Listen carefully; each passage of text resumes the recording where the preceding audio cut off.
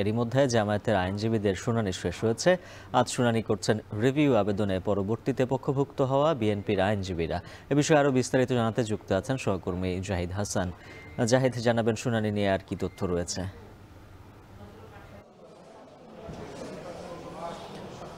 তত্ত্বাবধায়ক সরকার ফিরিয়ে আনার বিষয়ে যে রিভিউ আবেদন করা হয়েছিল সুনাগরিকের জন্য সুজন বদিউল আলম মজুমদারের নেতৃত্বে যে সংগঠন, সেখানে 5 জন বিশিষ্ট নাগরিক রিভিউ আবেদন করেছিলেন। সেই আবেদনে বিএনপি, জামায়াত সহ কয়েকটি রাজনৈতিক দল পক্ষভুক্ত হয়েছিল। সে বিষয়ে শুনানি চলছে।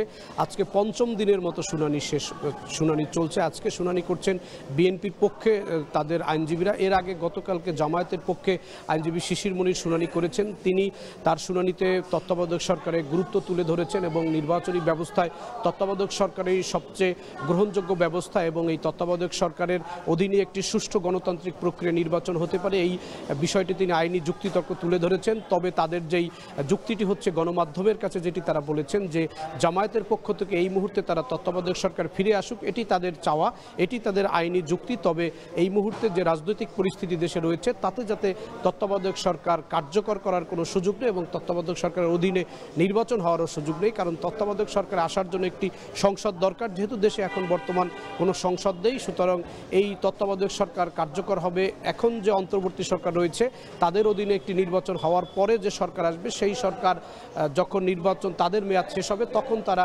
সংসদ ভেঙে দিয়ে তত্ত্বাবধায়ক সরকারের হাতে ক্ষমতা হস্তান্তর করে নির্বাচন আয়োজন করবেন। এটি হচ্ছে জামায়াতের মূল আইনি যুক্তিতর্ক ছিল গতকালকে। আজকে বিএনপির পক্ষ থেকে যে আইনি যুক্তিতর্ক তুলে ধরা হচ্ছে, তাদেরও যুক্তি হচ্ছে যে তত্ত্বাবধায়ক সরকার ফিরিয়ে আনা দরকার, যেটি 2011 সালে তৎকালীন আওয়ামী লীগ সরকারের সময়ে প্রধান বিচারপতি এবিএম খায়রুল হকের নেতৃত্বে 7 বিচারপতির বেঞ্চ এটি বাতিল করেছিলেন। পরবর্তীতে আওয়ামী লীগ এটি সংসদে বিল আনে এবং সংশোধনী আনার পরে সেটি প্রজ্ঞাপন আকারে জারি করা হয় এবং তারপর থেকেই 2014, 2018 এবং 2024 এই 3টি নির্বাচন তত্ত্বাবধায়ক সরকার ছাড়াই তখনকার যে প্রধানমন্ত্রী শেখ হাসিনা তার অধীনে হয়েছে এবং এই 3টি নির্বাচনের মধ্যে 2014 এবং 2024 নির্বাচনে বিএনপি জামাত অংশ নেয়নি।